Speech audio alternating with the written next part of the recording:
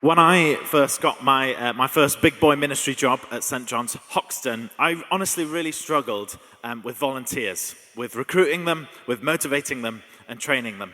Some weeks, our midweek youth event, we had to close because we didn't have any team, which was really sad. On the flip side, the better I got at leading volunteers, the more successful our youth ministry became. More young people came to church, they gave their lives to Jesus, and they invited their friends. Isn't that amazing? Hello, as Ben said, my name's John. I'm the youth and worship pastor here at Blackpool Church. And in my nearly 10 years of learning how to lead volunteers and ministries, I have developed a belief. And here it is. I believe that the success of our youth ministry lies in the strength of our volunteer team.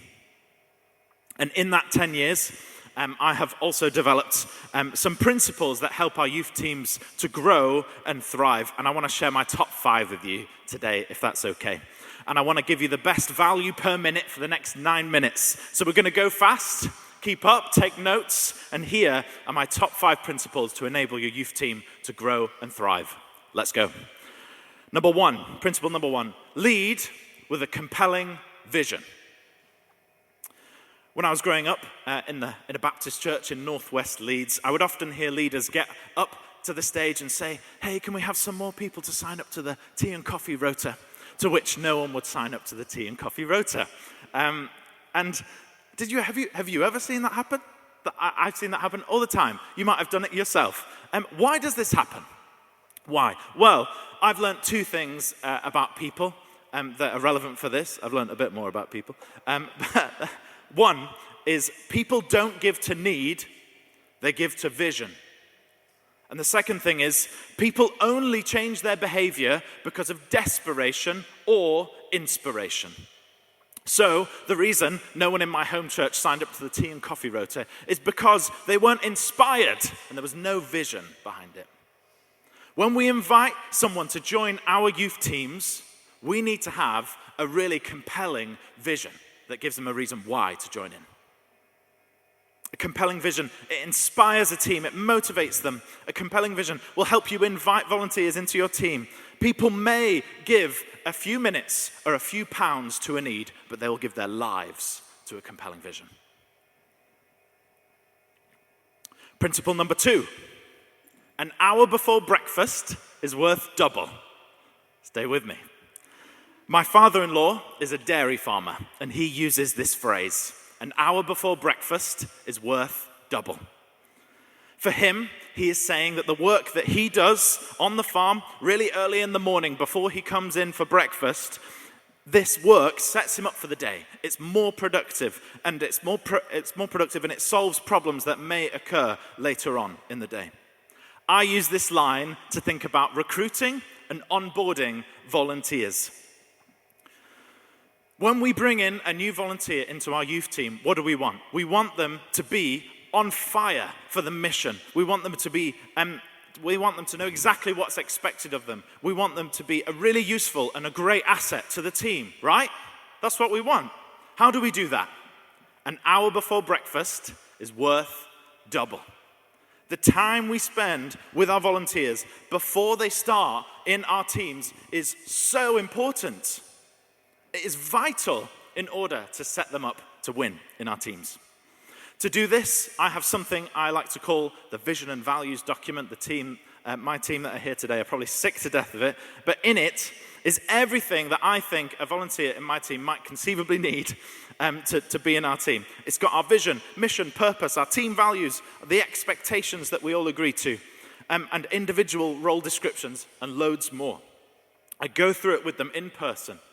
It sets our volunteers up to win, and it sets our ministry up to win as well.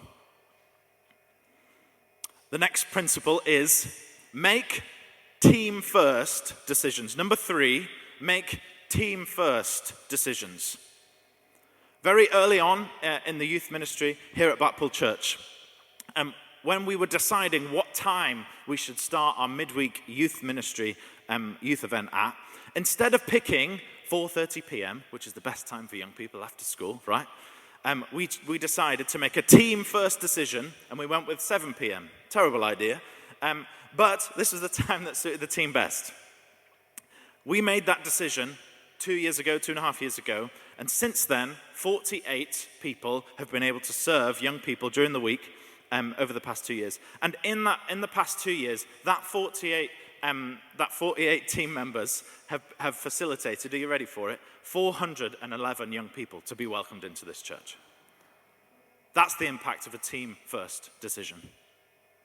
The success of our youth ministry, as I've already said, lies in the strength of our volunteer team.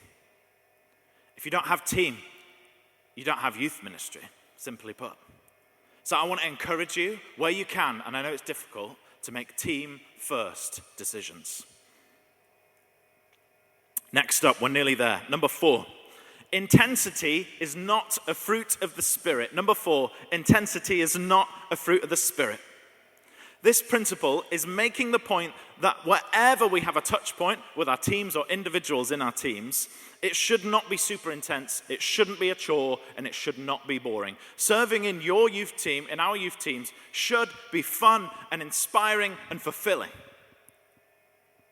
And here are my best tips that will help turn your team into be a place where your volunteers want to be. Here they are.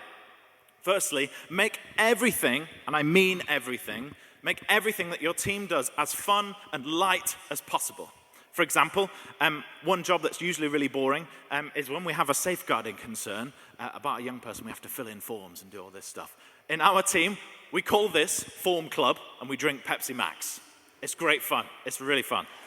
Next up, prepare and run a team briefing before your event. If you haven't done one, firstly, watch someone else do one, but I also encourage you to do one yourself. This is a great opportunity to set the tone, to have fun, to pray, and to inspire the team before we open the doors for young people to come in. Last up, encourage your team publicly. After every youth event that we do here at Blackpool Church, we have a team encouragement circle. And even, you guys probably have heard some of the stories about what Blackpool young people might be like. Some of the time, events here are really challenging and really heavy. But after an encouragement circle, every single one of us, despite how hard the event is, despite how challenging it is, we all leave fulfilled, inspired, and feeling appreciated. It's really, really powerful. Last up, thank you for sticking with me. Number 5, your youth ministry is not a youth ministry, it's a volunteer ministry. Number 5, it's not a youth ministry, it's a volunteer ministry. Let's read some Bible. We should get that in there, shouldn't we? Ephesians 4 says, and I've smashed some of the verses together here, forgive me. Ephesians 4 says, Christ's gift was given to equip the saints for works of ministry. Our job is not to do the works of ministry, it is, but kind of not, but it's also to equip the saints for works of ministry. That's what it says. I want to encourage you today to change how you see yourself as a leader and how you see your ministry. Don't think of yourself as a youth leader. You are, right now, we're christening you right now, you are a facilitator and leader of youth leaders. Your ministry is not youth ministry. It's a youth volunteer training ministry. Here are some really quick fire things of how to turn your ministry into a volunteer ministry. Forgive me, I've numbered these as well. I'm really sorry. Number 1, these are really fast, so you might want to take some notes. Number 1, get really good at welcoming new people into your church. Really simply put, the better you get at this, the more people you will have to invite into your team. Number 2, improve your leadership skills. You cannot lead others to where you have not been. If you are getting better, your team is getting better. Number 3, give responsibility, not tasks. What do we want? We want leaders. If you give tasks, you'll get followers, but if you give responsibility, you'll raise leaders. Number 4, fire yourself. If someone is doing something 50% as well as you, they should be doing it, not you, full stop, end of matter. Number 5, define success. Another way of thinking about this is painting the goalposts so your team know when they have scored. Clearly define and describe what you want them to do and why. Number 6, get out of their way. Give them everything that they need to do their role and get out of their way. If your team don't know something, They need to be able to find that out somewhere that isn't coming to you. If you pull out your phone right now, you're very welcome to do this, I give you permission. If you pull your phone out right now and type into a browser, blackpool.church/youth team, you will find our publicly available youth team webpage. I made this so that I can get out of my team's way. In it, you will find, you're very welcome to look at it now and through the rest of the day, in it is how-to guides, Sunday content, cooking instructions, safeguarding forms, behavior forms, you name it, anything that my team might conceivably need is in this youth team webpage. This is me getting out of the way of my volunteers. Lastly, number 7, take problems to your team. Might sound counterintuitive, but this teaches them how to solve problems. It helps them feel empowered and like they're a leader. It's also a really great way of helping them feel like you trust them and that it's not all about you. Congratulations, we made it to the end. Thank you so much for chatting with me. I really appreciate it. If you want to chat about any of this, I'd really happily do that. Thank you very much. That is whistle stop, my friend.